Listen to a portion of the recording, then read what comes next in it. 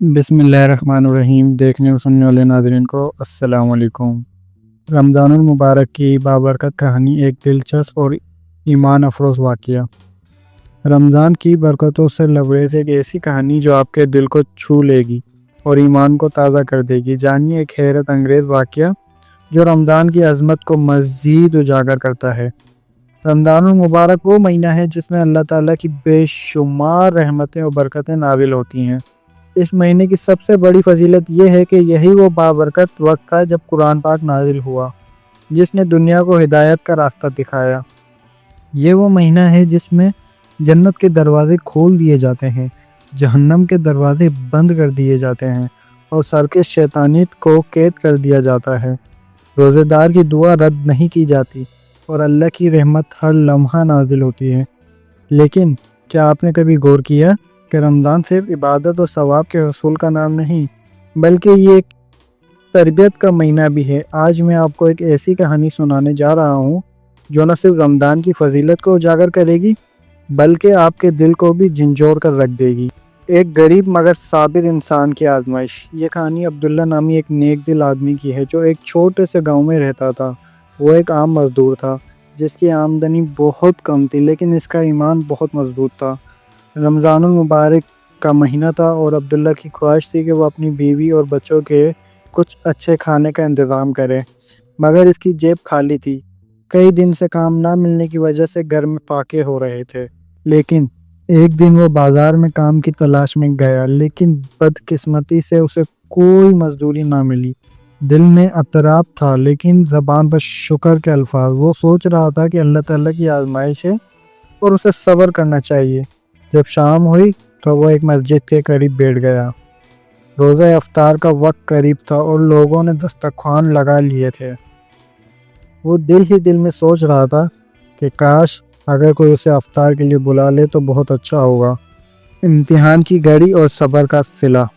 جب افطار کا وقت ہوا تو ایک شخص نے عبداللہ کو دیکھا اور مسکرا کر کہا، بھائی آئیے ہمارے ساتھ افطار کیجیے۔ عبداللہ کی آنکھوں میں آنسو آ گئے۔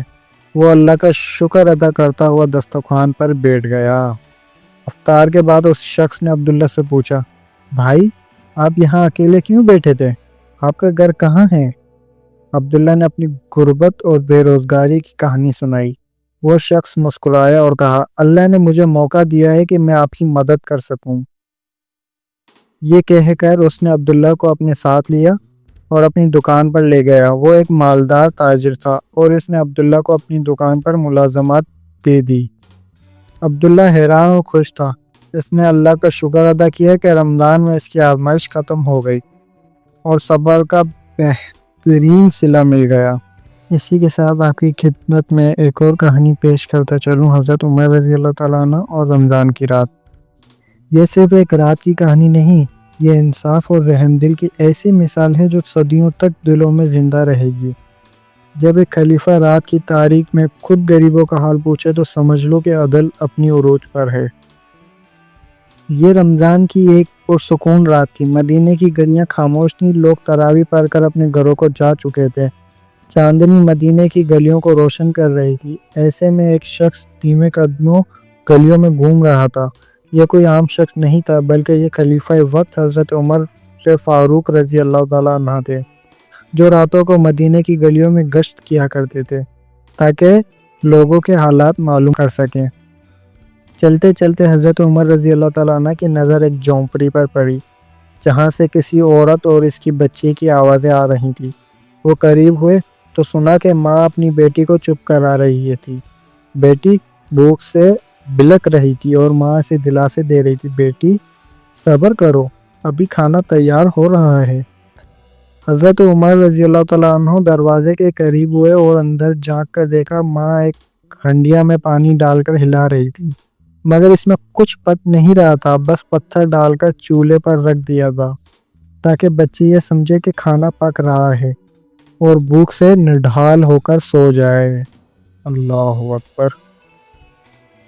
یہ منظر دیکھ کر حضرت عمر کے دل پر قیامت ٹوٹ پڑی۔ وہ تیزی سے بیت المال پہنچے، آٹے، کھجوریں اور گھی کی بوری اٹھائی اور خود اپنے کاندھوں پر رکھ کر جھونپڑی کی طرف چل دیے۔ حضرت عمر کے غلام اسلم جو ساتھ تھے بولے امیر المومنین یہ بوری میں اٹھا لیتا ہوں۔ حضرت عمر نے فرمایا کیا قیامت کے دن میرا بوجھ بھی تم اٹھاؤ گے؟ جب وہ دوبارہ اس عورت کے گھر پہنچے تو حضرت عمر نے اپنے ہاتھوں سے کھانا پکایا اور بچی کو کھلایا۔ بچی جب کھانے کے بعد ہنسی اور خوشی ہوئی تو حضرت عمر کی آنکھوں میں آنسو آ گئے، پھر چپکے سے وہاں سے واپس آ گئے تاکہ عورت کو معلوم نہ ہو کہ یہ شخص در حقیقت خلیفہ وقت تھا۔ یہی وہ عدل اور احساس تھا جس کی بدولت حضرت عمر فاروق کا شمار تاریخ کے سب سے عظیم حکمرانوں میں ہوتا ہے۔ رمضان کا اصل درس یہی ہے کہ بھوکوں کو کھانا کھلانا، دوسروں کا خیال رکھنا اور اپنی رعایا کے حالات کو جائزہ لینا۔ یہ کہانی ہمیں سکھاتی ہے کہ رمضان صرف عبادت اور روزے رکھنے کا نام نہیں بلکہ یہ غریبوں کی مدد، ایثار اور محبت کا بھی مہینہ ہے۔ کیا آپ نے کبھی کسی کی مدد کی ہے؟ رمضان کا اصل پیغام یہی ہے کہ ہم نہ صرف خود کو اللہ کے قریب کریں بلکہ دوسروں کے لیے آسانیاں پیدا کریں۔ اگر آپ کو یہ کہانی اچھی لگی تو اسے دوسروں کے ساتھ ضرور شیئر کریں اور ہمارے چینل کو سبسکرائب کریں تاکہ مزید ایمان افروز کہانیاں آپ تک پہنچتی رہیں۔ اللہ ہم سب کو رمضان کی برکتوں سے فیضیاب کرے، آمین۔ جزاک اللہ خیر۔